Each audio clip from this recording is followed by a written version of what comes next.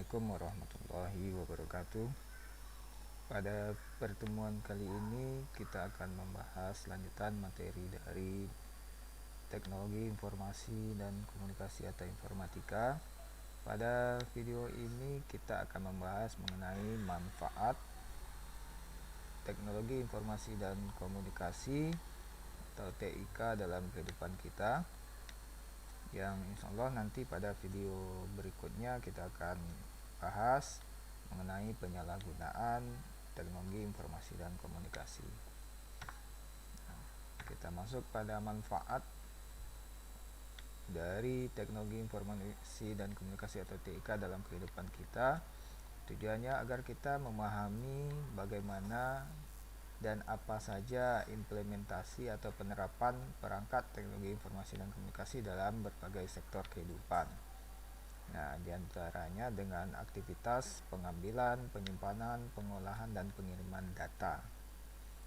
Manfaat yang dirasakan tentu saja yang diharapkan juga adalah interaksi lebih baik, kemudian adanya efisiensi waktu, dan juga ada efektivitas ruang.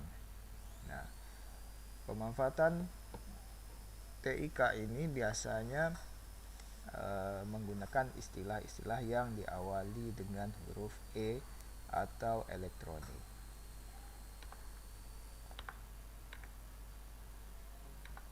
Kita lihat beberapa bidang kehidupan manusia yang dapat diimplementasikan atau menggunakan teknologi informasi dan komunikasi. Yang pertama seperti di bidang pemerintahan, biasanya disebut dengan istilah e-government. Kemudian dalam bidang kesehatan atau disebut e-health. Kemudian dalam bidang pembelajaran atau disebut istilahnya e-learning. Kemudian juga pendukung pembelajaran dengan perpustakaan atau istilahnya e-library. Dalam bidang bisnis, usaha yang disebut e-bisnis. Juga dalam bidang perbankan atau keuangan, jasa keuangan disebut e-banking. Dan juga dalam bidang perdagangan atau diistilahkan e-commerce. Dan tentu saja selain dari 7 bidang yang disebutkan di sini, kita dapat gunakan, kita dapat temukan dalam kehidupan kita istilah-istilah lain atau penerapan dari TIK dalam bidang-bidang lain. Baik, yang pertama yang paling dekat dengan kita dalam kegiatan pembelajaran itu dikenal istilah e-learning. Nah, menurut Hartley tahun 2001, e-learning merupakan suatu jenis belajar mengajar yang memungkinkan tersampaikannya bahan ajar ke siswa dengan menggunakan media internet ataupun intranet atau media jaringan komputer lainnya. Sementara menurut learnframe.com tahun 2001 juga, e-learning adalah sistem pendidikan yang menggunakan aplikasi elektronik untuk mendukung belajar mengajar dengan media internet, jaringan komputer maupun komputer standalone atau komputer yang tidak terkoneksi dengan jaringan. Nah, di dalam e-learning terdapat interaksi antara guru dengan siswa menggunakan perangkat jaringan komputer ataupun komputer yang tidak terhubung dengan jaringan, akan tetapi bisa saja diinstalkan atau disimpan aplikasi ataupun file yang digunakan untuk pembelajaran. Nah, model e-learning itu ada dua ya. Yang pertama itu yang diistilahkan dengan istilah sinkronus atau bersifat live. Kemudian yang kedua adalah asinkronus atau berdasarkan permintaan atau tidak live ya, tidak langsung. Contohnya kita lihat di sini ada face to face ya, tatap muka. Misalnya kalau kita menggunakan Google Classroom, tapi nanti kita kolaborasikan dengan penggunaan Zoom Meeting ataupun Google Meet. Kemudian ada juga live online ya, menggunakan jaringan internet. Kemudian ada coaching atau pelatihan. Kemudian ada juga berupa kolaborasi atau komunitas. Ada juga yang menggunakan multimedia, misalnya menggunakan video streaming dari YouTube seperti yang Ustadz lakukan sekarang. Ada juga nanti menggunakan file atau video yang disimpan dalam bentuk CD ataupun dalam flash disk ataupun dalam bentuk file yang disimpan dalam Google Drive. Nah, ada juga yang berupa web based learning di mana semua bahan mengajar itu sudah disimpan dan dirapikan, kemudian nanti bisa diakses oleh siswa di dalam jaringan internet dan sebagainya. Contohnya kalau web based learning itu bisa seperti kita menggunakan classroom ini. Jadi di mana semua materi itu dan tugas-tugas disimpan oleh guru nanti bisa diakses oleh siswa. Nah, contoh aplikasi e-learning yang banyak dipakai contohnya adalah Edmodo. Ini adalah aplikasi e-learning berbasis web atau bisa juga kita temukan di aplikasi smartphone dan tidak perlu menginstal server, bahkan tampilannya itu mirip dengan tampilan dari Facebook. Kemudian ada juga Moodle. Ini merupakan aplikasi e-learning, dapat dikostumasi, dapat diatur, dapat diset oleh guru dan biasanya digunakan di dalam jaringan komputer internal ataupun ada juga yang digunakan dalam jaringan komputer internet. Kemudian beberapa contoh lain ada aplikasi Kuiper, kemudian Ruang Guru. Kalau di Indonesia kita temukan Ruang Guru, ada juga Zenius.net. Baik anak ustaz, berikutnya adalah e-library. Nah, sebagai penunjang kegiatan pembelajaran biasanya kita juga akan menggunakan perpustakaan yang di sana tersimpan beberapa media atau sumber belajar. Nah, e-library di sini dia mengimplementasikan teknologi informasi dan komunikasi pada pengelolaan perpustakaan dan sumber belajar yang ada di perpustakaan tersebut. Oke, nah, penerapan e-library itu contohnya dalam pelayanan sistem informasi perpustakaan seperti pencarian katalog buku, kemudian ada juga peminjaman dan pengembalian buku-buku yang dipinjam. Ada juga yang penerapannya berupa digitalisasi sumber belajar sehingga menjadi sebuah bahan belajar berupa e-book. Kemudian ada juga berupa video, ada juga berupa audio, dan ada juga berupa e-jurnal. Kalau e-book itu kan kita tidak perlu lagi menggunakan buku fisik seperti buku yang biasa kita pakai, tapi kita cukup gunakan file-file yang disediakan oleh perpustakaan kita tersebut, yaitu tentu saja itu file-file buku ataupun sumber belajar lainnya. Nah, tentu saja e-library memiliki keuntungan seperti mengatasi masalah ruangan. Mungkin perpustakaan kita tidak memiliki ruangan yang besar, sementara banyak sekali kebutuhan penyimpanan ya. Semakin banyak buku atau sumber belajar yang disimpan di perpustakaan tentu membutuhkan ruangan lebih besar. Nah, kalau semuanya bisa digitalisasi atau dibuat dalam bentuk file, itu tentu saja perpustakaan kita tidak lagi terlalu besar ukurannya. Kemudian sumber belajar tahan lama, dapat dipindahkan dan dapat diperbanyak karena kecuali kalau filenya diserang oleh virus, tentu saja ya kalau kelemahan buku biasanya nanti ada kutu buku atau kalau kebanjiran dia basah gitu kan. Tapi kalau berupa file kita bisa perbanyak secepat kita mengcopy paste sebuah file buku tersebut. Kemudian dapat dimanfaatkan secara bersamaan kalau kita meminjam buku di perpustakaan. biasanya tentu saja jumlahnya terbatas, sehingga kalau dalam waktu yang bersamaan biasanya kalau jumlah buku yang disediakan itu terbatas, tentu kita tidak dapat bisa saja tidak dapat kebagian untuk menggunakan buku tersebut. Kemudian pada karya ilmiah, nah, menjadi penjaga hak cipta dan kemudahan publikasi. Mungkin nanti bisa dilihat pada materi haki berkaitan dengan hak cipta dan publikasi karya ilmiah tersebut.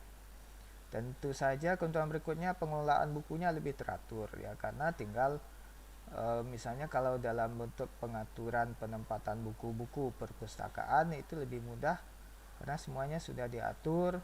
Nah, nanti tinggal petugas menyusun pada rak-rak yang sudah ditentukan, kemudian jumlah buku yang dipinjam dan yang ada dalam pustaka juga sudah diketahui jumlahnya. Kemudian juga bisa disimpan dalam bentuk multimedia seperti e-book atau buku digital dan video serta audio. Baik. Nah, yang berikutnya, pemanfaatan teknologi informasi dalam bidang pemerintahan. Nah, menurut World Bank, e-government adalah pemanfaatan teknologi informasi dan komunikasi seperti lokal atau wide area network ya, jaringan LAN atau WAN, internet, intranet dan telepon, smartphone, HP dan lain sebagainya oleh instansi pemerintah dengan maksud agar mempermudah interaksi dengan masyarakat, dunia usaha dan organisasi pemerintah dan non-pemerintah lainnya dalam rangka mewujudkan good governance. Nah, good governance itu kan istilah yang mungkin sering kita dengarkan, yaitu pengelolaan pemerintahan yang baik. Seperti adanya peningkatan pelayanan pemerintah, meningkatkan interaksi antara pemerintah dengan dunia usaha dan industri, meningkatkan pemberdayaan masyarakat melalui akses informasi yang diberikan, meningkatkan efisiensi dan efektivitas manajemen pemerintah. Nah, meliputi seperti hubungan pemerintah dengan masyarakat, itu ada layanan yang diberikan, kemudian hubungan antara pemerintah dengan organisasi non pemerintah, kemudian antara pemerintah dengan bidang usaha atau bisnis, kemudian antara pemerintahan yang satu dengan pemerintahan yang lain sebagai mitra. Nah, dengan masyarakat atau dengan warga dari sebuah bidang pemerintahan tersebut ya, hubungannya seperti adanya informasi perpajakan, regulasi, kendaraan bermotor, turis, kemudian dengan bisnis seperti juga pajak, kontrak dan permintaan supply. Dengan pemerintah lainnya juga seperti usaha atau layanan bersama atau pendanaan dan lain sebagainya. Bagi pegawai pemerintah seperti keuntungan atau catatan kepegawaiannya dan kesempatan atau peluang untuk meningkatkan jabatan atau posisinya. Di bidang kependudukan ya, masih dalam rangka pemerintahan. Nah, kalau pemerintahan itu menerapkan teknologi informasi dan komunikasi dalam bidang kependudukan, maka akan memudahkan kita ya sebagai warga untuk mendapatkan akte kelahiran, untuk mendapatkan nomor induk kependudukan, kartu keluarga, untuk membuat eKTP ya, kemudian untuk membuat paspor, pembuatan SIM, rekam medik yang nanti akan dipakai di rumah sakit. Kemudian juga kita bisa mendapatkan catatan kepolisian dari hanya satu data utama ya, dari satu data utama yang dimiliki oleh seorang warga. Nah, dalam perekaman eKTP nanti kalau antum antuna itu sudah cukup umur, biasanya dilakukan perekaman pembuatan eKTP, dilakukan perekaman biometrik ya. Di situ ada wajah kita difoto, kemudian iris mata ya, bola mata kita, kemudian juga sidik jari.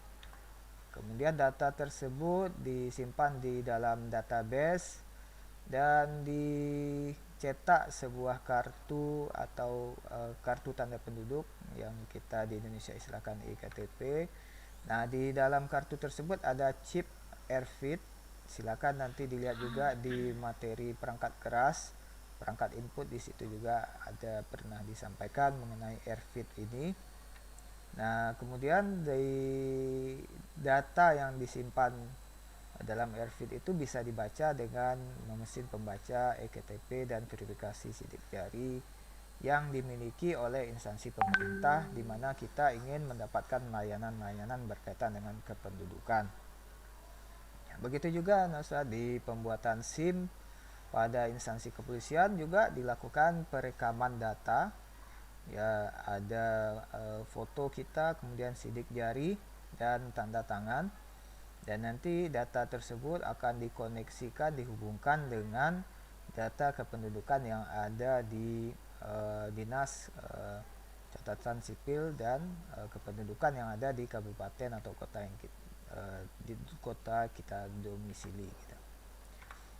Juga digunakan ya, e-government juga bisa berupa layanan informasi publik seperti yang telah disampaikan di atas, berkaitan dengan kesempatan, berkaitan dengan berita atau bantuan dari pemerintah dan sebagainya.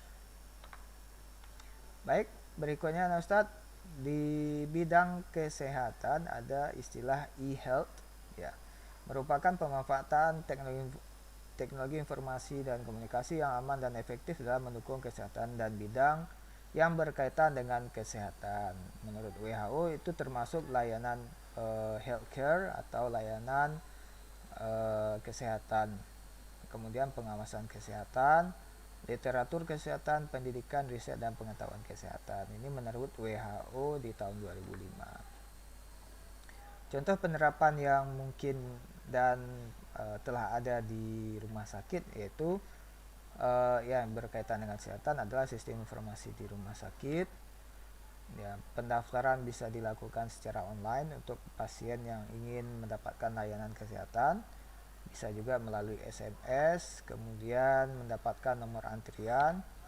Kemudian setelah nomor antrian didapatkan, pihak rumah sakit bisa mengetahui dan membaca database rekam medik ya, catatan kesehatan kita yang ada di rumah sakit tersebut ataupun dari puskesmas yang terintegrasi dengan data di rumah sakit. Kemudian dilakukan pemeriksaan oleh dokter. Dokter nanti mencatat diagnosa penyakit yang diderita, kemudian juga dokter bisa meresepkan obat, dan data yang diberikan oleh dokter tersebut juga disimpan kembali di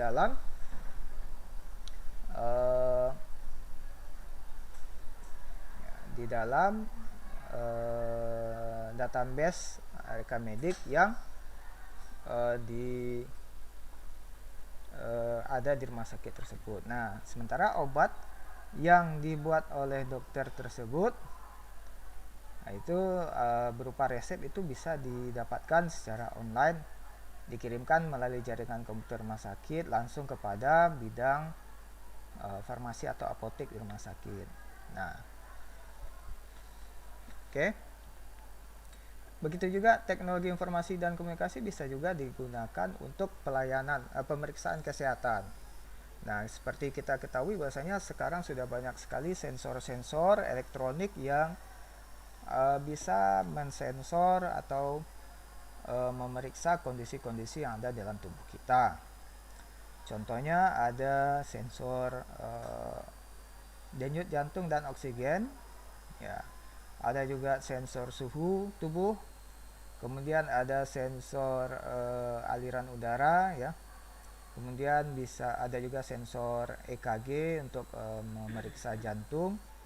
Kemudian ada juga sensor respon kulit galvanis. Nah, semua sensor itu bisa kita terapkan dan gunakan di dalam tubuh kita, kemudian nanti dikoneksikan dengan perangkat teknologi informasi komunikasi yang ada seperti komputer yang juga sudah diset, dibuat untuk bisa membaca sensor-sensor tersebut, sehingga seorang pasien dapat diketahui penyakit atau kondisi tubuhnya dan direkam serta diteruskan kepada petugas kesehatan.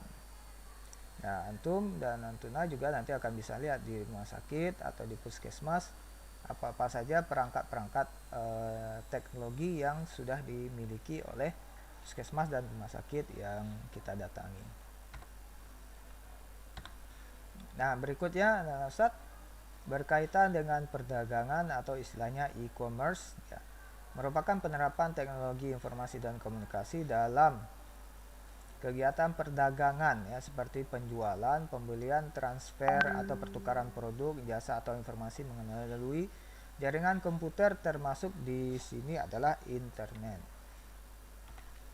Nah, di dalam e-commerce di situ terdapat hubungan langsung antara konsumen seperti kita dengan penjual, pengusaha bisnis. Nah, contohnya di situ ada ya, kalau di Indonesia kita bisa temukan ada Lazada ya, Tokopedia, Elevania, Blibli dan sebagainya. Itu sudah banyak sekali juga bisnis atau web bisnis e-commerce. Juga ada juga layanan seperti Gojek, Grab ataupun Uber, ataupun kalau sekarang sudah ada juga Maxim, di mana langsung pelayanan langsung kepada konsumen. Kemudian ada juga yang layanan e-commerce di mana hubungan antara konsumen dengan konsumen, seperti kalau dulu ada Berniaga dan Toko Bagus, sekarang keduanya dibeli oleh OLX ya. Layanan ini atau perdagangan jenis ini biasanya adalah perdagangan langsung antara seseorang yang ingin menjual produk barang atau barang miliknya kepada orang lain. Jadi bukan berupa toko, tapi biasanya penjualan pribadi kepada pribadi lain. Oke, online store ya. Nah, toko online itu biasanya juga seperti ini lingkarannya ya. Ada pelanggan, kemudian ada bisnisnya, kemudian ada produk, kemudian ada penjualan gitu, ada penjualan pembayaran, kemudian ada ekspedisi dan ada pengantaran atau delivery. Jadi seperti ini proses bisnis dari e-commerce. Nah, di Indonesia ya cukup banyak sekali e-commerce yang beredar, baik yang berupa ya seperti bisnis ke bisnis atau konsumen ke bisnis, bisnis ke konsumen. Kemudian terlibat di dalamnya itu ada bidang research, pemasaran, konsultan, kemudian pembayaran, perdagangan, logistik ya. Logistik itu seperti pos, JNE dan sebagainya. Kemudian ada juga penggunaan on demand delivery, misalnya menggunakan GoSend dan sebagainya.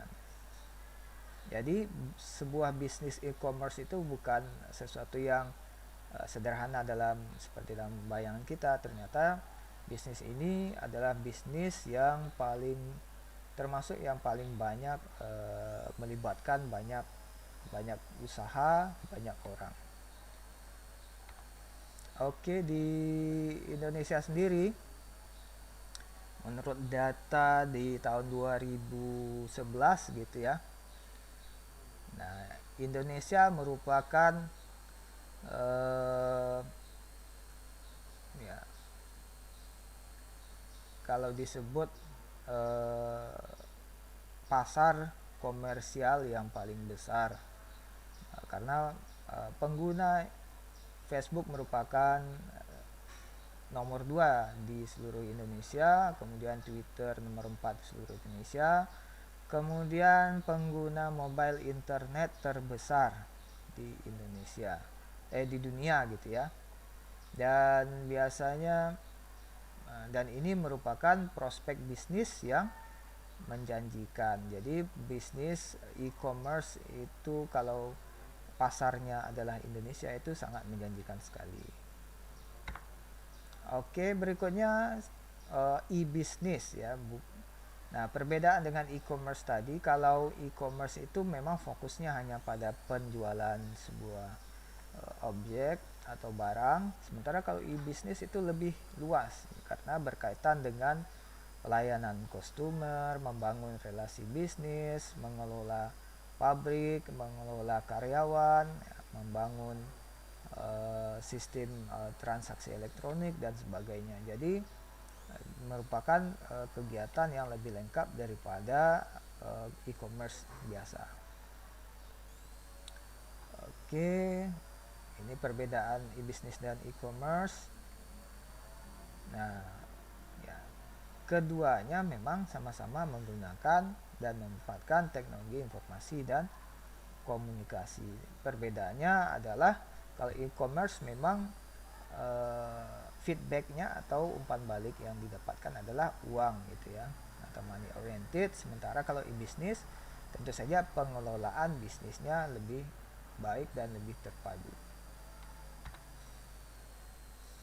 Oke, ini adalah beberapa jenis dan tipe e-commerce berkaitan antara pelaku bisnis, konsumen, dan pemerintahan. Oke, ada 5 e-commerce ya menurut di tahun 2015 ya. Itu ada 5 e-commerce yang terkenal. Mungkin Shopee waktu ini belum masuk ya. Ini masih ada Lazada, Tokopedia, OLX, Blibli, dan Bukalapak. Baik, berikutnya penerapan teknologi informasi dan komunikasi dalam bidang perbankan. Nah, implementasi TIK dalam kegiatan perbankan memungkinkan customer dapat melakukan transaksi tanpa harus berada secara fisik di bank. Bisa melalui SMS banking ataupun mobile banking ataupun internet banking. Nah, contoh transaksi yang bisa kita lakukan tanpa harus ke bank adalah kita bisa melakukan cek saldo, kita bisa mentransfer, kita bisa membeli, misalnya membeli pulsa ataupun membeli token listrik tanpa harus ke bank ataupun harus keluar rumah misalnya. Kemudian kita bisa juga melakukan pembayaran, misalnya tagihan listrik, pembayaran e-commerce, pembayaran asuransi dan sebagainya. Kemudian juga bisa melakukan transaksi virtual account seperti pembayaran uang sekolah kita ya, uang sekolah atau SPP. Orang tua tinggal memasukkan angka yang diberikan oleh pihak keuangan, nanti jumlah dananya langsung ditransfer ya, jumlah SPP yang diminta itu akan tertransfer langsung ke sekolah tanpa harus mendatangi bank ataupun langsung ke sekolah melakukan pembayaran. Nah, yang juga akan banyak sekali berkembang di masa mendatang adalah pelaksanaan transaksi non tunai, yaitu transaksi jual beli tanpa menggunakan uang secara fisik. Bahkan kalau kita lihat bisa nanti dicari, itu ada pengemis ya, kalau di Cina itu dia cukup menggunakan kode QR code di kartu tanda pengenal pengemis. Kemudian nanti siapa yang mau berdonasi dia cukup gunakan foto QR code tersebut, kemudian mentransfer sejumlah uang yang atau sumbangan yang ingin dia berikan kepada pengemis tersebut. Nah, di masa depan transaksi seperti ini akan banyak sekali berkembang karena mungkin ya kesulitan orang untuk membawa uang ya untuk berbelanja itu akan semakin orang merasa lebih rumit atau repot kalau membawa sejumlah uang dalam bentuk fisik. Oke. Nah, demikianlah Ustadz beberapa contoh penerapan teknologi informasi dan komunikasi di dalam bidang kehidupan kita. Ya, seperti dalam bidang pemerintahan, dalam bidang kesehatan, pembelajaran, kegiatan belajar mengajar, di perpustakaan, kemudian bisnis, perbankan, dan komersial. Nah, demikianlah video kita pada pertemuan kali ini, semoga bisa difahami. Silahkan setelah ini mengerjakan latihan yang sudah diberikan di Google Classroom. Insyaallah pada video berikutnya kita akan lanjutkan dengan macam-macam penyalahgunaan teknologi informasi dan komunikasi di dalam kehidupan kita. Assalamualaikum warahmatullahi wabarakatuh.